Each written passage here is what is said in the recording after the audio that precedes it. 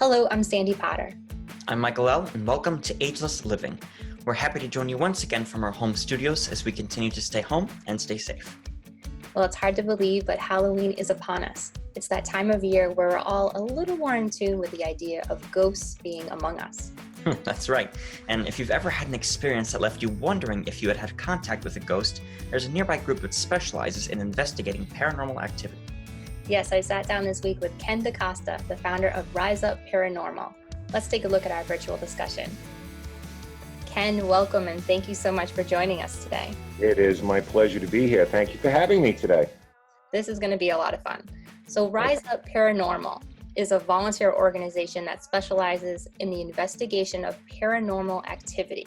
Can you tell us about your team and the methods you use to conduct your investigations?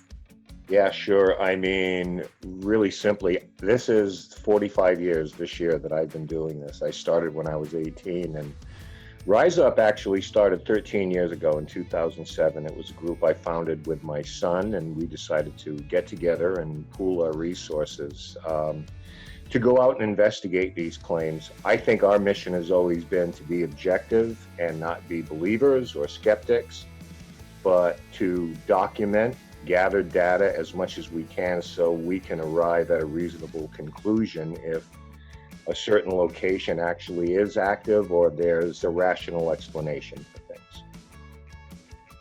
Really interesting. And, we had to ask you, what is a ghost? And in your opinion, can ghosts be good or evil?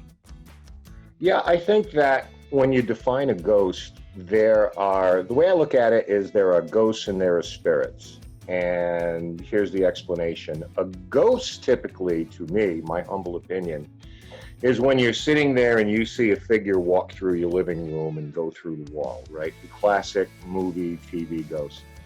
And you don't make eye contact. They don't acknowledge you. They act as though they don't even know you're there.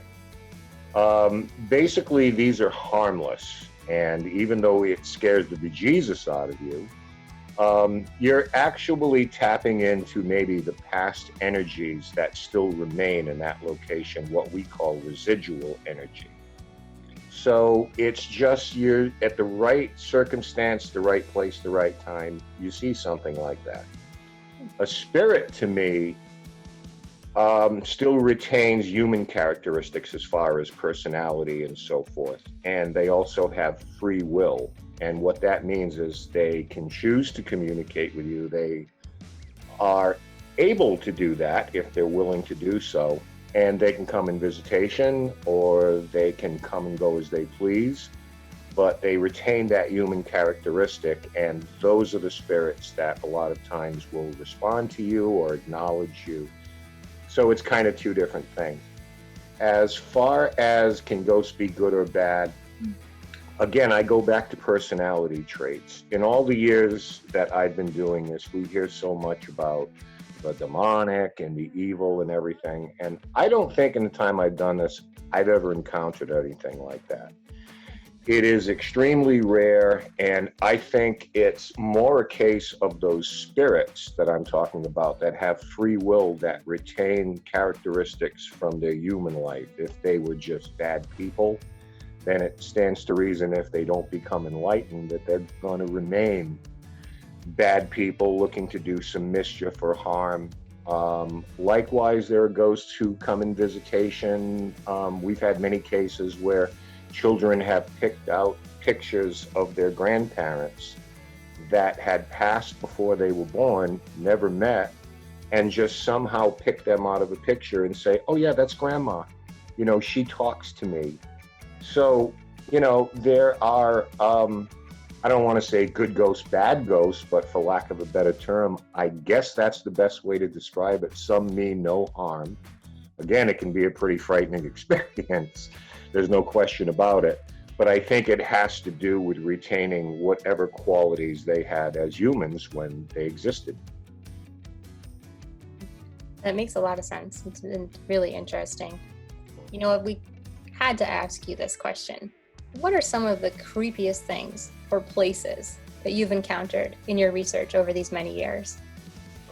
Well, we have been to places that range from Newport, Rhode Island mansions, to schools, to theaters, to penitentiaries.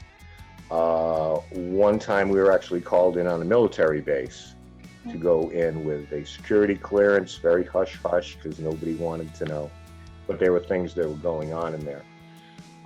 So all of those places have been really interesting. We've spent nights out on an island at a lighthouse in the middle of the Atlantic Ocean. We've been to the West Coast. We've been to forts, military establishments.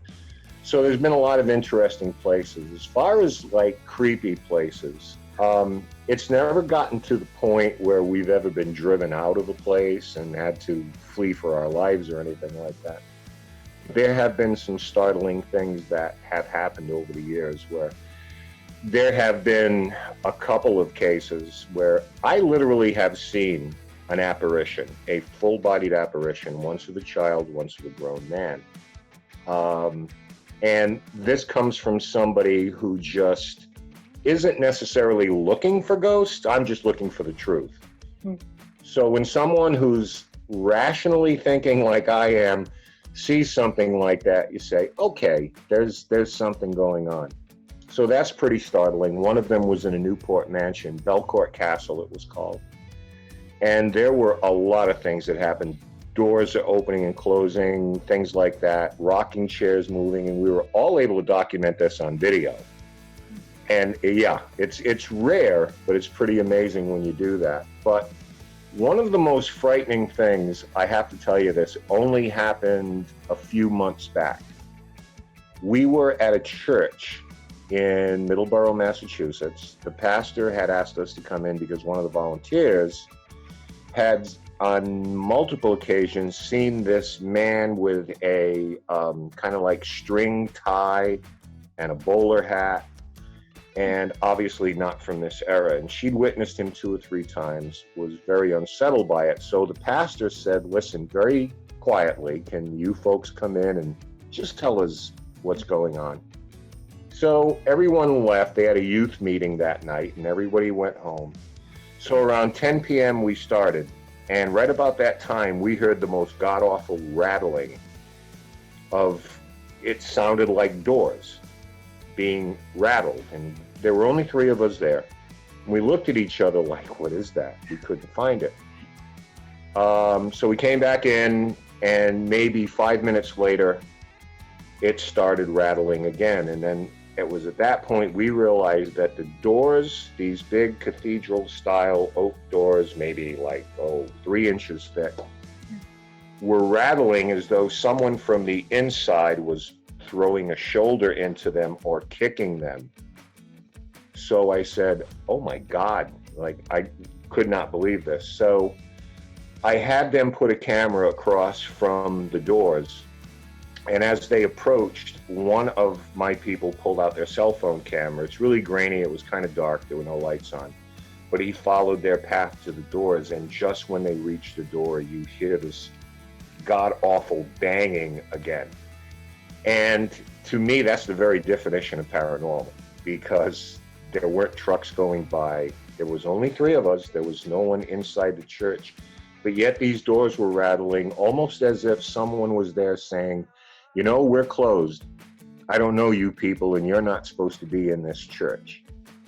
That was pretty startling to me when you're literally watching these doors. It was like right out of a movie, when they're moving in front of you and you're just looking at each other like, well, what do we do now? So we eventually went inside and we started asking questions and literally received knocks back, yes or no, from somewhere in the church. And this went on for about 20 minutes. So I don't know if you can call that part of it wasn't very scary. That was more fascinating. Yeah. But I have gone to places where I've been grabbed, you know, poked, touched on the shoulder, had clothing pulled, and like look around, and I'm not snagged on anything. And like I say, I'm one of the more objective, rational people. Like, so I don't get the psychic heebie-jeebies. So when something happens to me like that, it's always like, But I've seen figures in the dark moving around in a room and things like that are huge, 7-8 feet tall.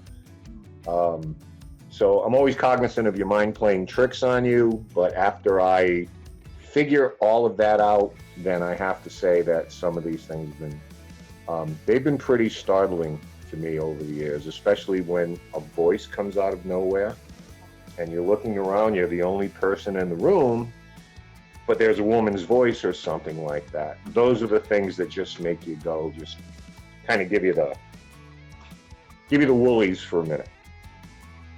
Oh, I can imagine. I got some shivers going on when you were telling that story, actually.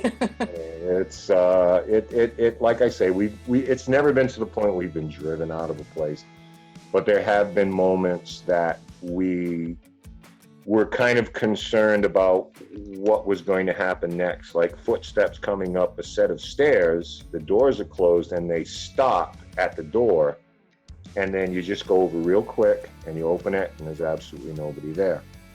I guess the great thing is that we've been able to record and document some of these things over the years. So, I don't know if you want to call it proof, but what we went through is there for everyone to see. And we always tell everybody, you make up your own mind. Like, what was that we were experiencing?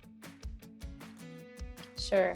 Well, this is truly fascinating, Ken. And for folks that want to learn more about your organization and all the things that you've done, we'll put your website up on the screen so they can follow you and check everything out.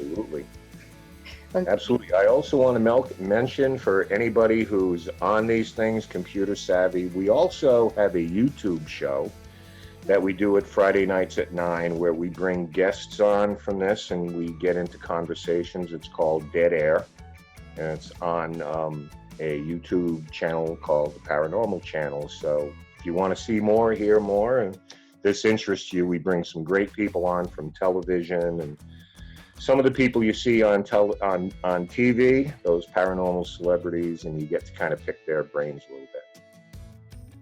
That sounds very cool. We will definitely check that out. Ken, thank you so much for sharing time with us today. We really appreciate it. Anytime. It's been a pleasure. Always love talking about this stuff. Happy Halloween, and everybody stay safe. Stay healthy. Absolutely. Happy Halloween to you as well, and stay well. You bet. Thank you. And now, let's take a look at what's happening around Masonicare. Congratulations to our latest GEM Go the Extra Mile recipients, John and Ken, two of our stationary engineers at Masonicare Health Center. These two dedicated team members volunteered their personal time to reinvigorate a garden area that residents have enjoyed over the years. Thank you both for going above and beyond to bring joy to those we serve. As we continue to navigate the COVID-19 pandemic, we'd like to remind you that our website includes a section for frequent updates in all of our communities and service lines. To view the most recent updates, please visit masonicare.org/Masonicare-preparedness. Thanks so much for joining us for another virtual edition of Ageless Living. We look forward to bringing you more stories about living well as we take this journey together. And until next time, stay well and remember, be ageless. Bye.